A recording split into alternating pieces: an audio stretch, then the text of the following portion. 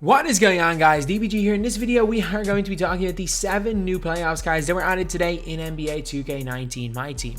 So these 7 cards range from Ruby to 2 Galaxy Opal cards and 2 of the most hyped Galaxy Opal cards we are going to get this year. The Galaxy Opal Melo and the Galaxy Opal Brandon Roy. Obviously, you guys all know that Brandon Roy is going to be ultra hyped, and Melo in general is always ultra hyped in this game. And a lot of people were kind of shocked when there was a New York amethyst Melo, which was a little bit of a weird one, but to be honest, we did end up getting a couple of days later a New York Galaxy Opal Melo. So anyway, yep, we are going to go over the stats of all 7 of these cards. But first, if you guys are new to the channel, subscribe. We're trying to hit 100,000 subscribers. Sorry about not being able to upload yesterday. I got really sick and I still don't feel particularly well right now. My voice kind of doesn't sound great. But yeah, so if you guys are new to the channel, subscribe and be within the first 100k. It's looking like we're going to hit in the next couple of weeks, to be completely honest, and that would be absolutely nuts. But anyway, now let's get on to the 7 players. So first up, we have got Steve Kerr. Steve Kerr has got 3 Hall of Fame badges, probably limitless. He has got no limitless range. That's an interesting one. He probably would have been usable had they given him limitless, but I'm going to say that, not that he's going to be completely unusable, but he's not going to be a very well received card.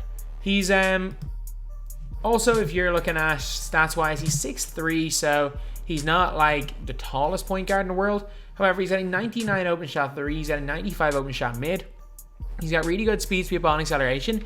He's got good ball control as well. He's got really poor defensive stats, but at the end of the day, what do you expect from a Steve Kerr card? But yeah, he can shoot the 3 ball really well, he can shoot the mid, and isn't a great defender.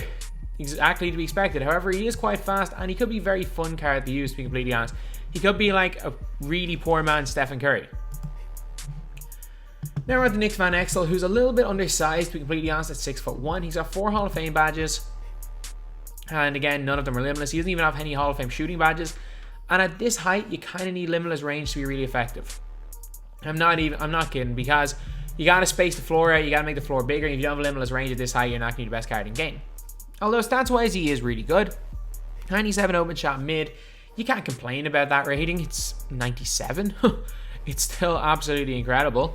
But he also has got a 3-point rating of 96, which is great. Insane speed, ball, and acceleration. Not the best driving dunk. However, he actually has got worse on-ball defensive IQ than Isaiah Thomas. He's got on-ball defensive IQ of 69. That may be one of the lowest on-ball defensive IQs for a amethyst point guard in the game in general. So offensively, he's going to be incredible. I know he's got a high steal and lateral quickness rating, so his defense isn't going to feel that bad. But it's just so bad. I never expect at this stage in the game, considering that we are pretty much in end game right now, I never expected a card to have that low on-ball defensive IQ. But again, he's small, so he's not the most relevant card in the world. Now we're on to Al Horford. So Al Horford has got 8 Hall of Fame badges. The Hall of Fame badges: catch and shoot, corner specialist, mid-range deadeye, pick and popper, as well as probably all the defensive badges, which is to be expected from Al Horford. And yeah, the big thing with Al Horford is his release is quite bad, and he's only a 6'10" center. So yeah, I know his stats seem to be quite good. He's got a great shot 3, he's got a great shot mid, but Al Horford's never great in game just due to release and due to just the fact he's not very tall. He's also not particularly fast with low speed with ball, which means you can't really get away with playing on power forward. Defensively, he's going to be incredible. 90 lateral quickness is incredible for a center. Great on-ball defensive IQ, great block rating, great post game. He's not going to be the worst card in the world, but I know. I think he just leaves a lot to be desired. I think without doubt, he leaves an awful lot to be desired, and it's not going to be the most relevant card. But again, if you're using all-time Celtic squads, it might be good enough. But yeah, I don't see him being anything too major in game.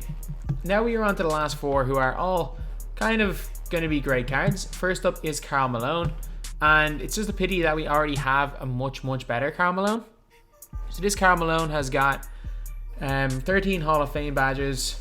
You guys can read them here. A lot of defensive ones. He's got rim protector, posterizer, which isn't that much less than his Galaxy Opal. However, there's a couple of big things that this card doesn't have that the Galaxy Opal does. So first of all, the Galaxy Opal can speed boost, which is a big thing. That was one of the main reasons people use Karl Malone. He has the Galaxy Opal's 95 3 ball compared to an 85. However, His Karl Malone is still a great defender. He's still got the cheesy release. He's still, as an actual power forward, he's going to be worse, but not that significantly worse. Not as much worse, it would seem. And I think because of the Galaxy Opal's existence, I can see him being really, really cheap. I can see him being like 25, 30k. And for that price, he might actually be he might end up being a steal. Just because there's obviously a much, much better version of him in the game. But again, this is still an incredible card. There's no doubt about that. Next, we're on to John Stockton. Stockton has got 12 Hall of Fame badges. Obviously, I'm guessing Pickpocket and Dimer are some of them. And he's also got limitless range. So this is the first John Stockton we've seen in 2K, as far as I know, that has limitless range, including the 98 overall one in 2K17, which was part of the Dream Team set. But he's got some really, really nice stats just in general here. He's got Hall of Fame Dimer, Charge Card, Defense, Stopper, Pick Dodger, Lob City Passer, Difficult Shots, Catch and Shoot, Limitless Range, Deep Range Deadeye. And yeah, so he should be a really, really nice card. And let's have a look at the stats. Like, just looking at these badges, he's obviously going to be good. Stats wise, John Stockton, as a point guard, you cannot get any better. If you take out the things he's going to obviously be bad at, and like, apart from them, he's got just like the obvious stats he's going to be bad at. He's got like 95 plus in everything that matters. This is going to be an interesting card. I don't see him being incredibly good because he's 6'1". However, I see him being borderline usable. He's got 99 defense, 97 shot 30, which goes to 99 most coaches. And again, like I said with Isaiah Thomas, they gave him almost perfect stats to make a 5'9" card usable. This is as good a 6'1" card as you're going to get. So he's also got a fast release. So I don't know. I hope Stockton's good, but I can't really see him being too great. Next, we're on to Carmelo Anthony. This one is the card that everyone is going to be really interested in, more so I'd say even than Brandon Roy.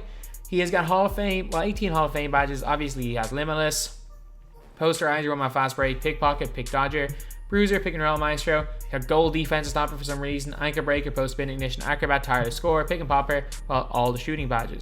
Melo has also got some incredible stats. Like, his lowest stat is 80, which is standing dunk. 86 strength.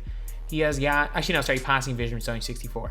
He's got a 92 steal, 90 on-ball defense IQ, 94 lateral quickness. So this is a Melo that can lock people down. He has got a 97 post fadeaway, 97 speed, 95 speed ball, 97 acceleration.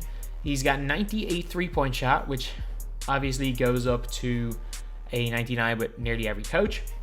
But again, he's got Hall of Fame. He's got some Hall of Fame defensive badges, and it looks like he's going to be one of the best cards, if not the best card that you can use in the game this year. I can't see it being the case because, in my opinion, Melo is just too inconsistent. I think just always with Carmelo Anthony, it's a weird one. I think no matter what, Melo is always inconsistent in game, but you just never know. This guy could be a little bit better. Last up is Brandon Roy. Brandon Roy has got 18 Hall of Fame badges. He's got obviously all these shooting badges Hall of Fame, and I feel bad for anyone who bought the Signature Limited Brandon Roy recently because that's going to go way down in price. And to be honest, I think the Signature Series might go way down in price as well. He's got Hall of Fame Catch and Shoot, Corner Specialist, Deep Range Ally, Difficult Shots, Limitless Range, Mid-Range Ally, Tireless Score, Acrobat, Relentless Finisher, Teardropper, Ankle Breaker. Obviously, some of the best Hall of Fame badges in the game. It's to be expected from a card this late in the game that's a Galaxy Opal. He's at 98 speed, he's at 90 acceleration, 96 speed with ball, 97 driving dunk, he's 6'6", which isn't too tall, isn't too small, 97 shot mid, 97 shot 3. He's at 95 on-ball defensive IQ, 97 lateral quickness. And a big thing with this card, which is a little bit different to someone like a Carmelo Anthony, is that he's got Hall of Fame Limitless Range, they both do. He has got the base 8, which is, in my opinion, the second best base for a jump shot after base 11. I think base 8 is super cheesy, and obviously we all know what base 11 is like. So base 8, super fast, super easy park release. Brandon Roy's got an easy leaner, and he was unbelievable, his Signature Limited. Actually, his normal signature is unbelievable. Heck, his diamond card is great. But like, this Brandon Roy is going to be one of the best cards in the game without doubt, and in my opinion is going to be better than Melo. So anyway, that's the video. Of all these cards, I know Brandon Roy is going to be definitely worth picking up. So is Melo if you guys can afford them. Actually, I don't know. I'm going to say no with Melo. I just think he's so inconsistent and he's always so overpriced. If you guys are looking for small forwards, I think he's just a slightly better version of Luka Doncic. I'm sorry, that's just my opinion. I just think Melo's inconsistent. I'd rather have a Kirilenko than Melo, just because of base 11, and I'm really inconsistent with Melo. So I'm going to say anything 250, 300k or less, Melo's going to be worth it, especially because we're going to be getting an OPAL KD, OPAL LeBron and stuff. We're going to be better. But anything more than 250k, not worth it. I think Brandon Roy is going to be one of those. Just buy him if you have the MT. He's going to be worth whatever price he's going for. Stockton, Malone. If Malone's really cheap, I can see him being good. I don't think Stockton's going to be great, to be honest. Steve Kerr might be interesting if he's really cheap. Nick Van Exel won't be because of his terrible defense and his lack of height. And Al Horford, if they change his release, which is very unlikely, might be good. If not, not really. So, which of these cards are worth it?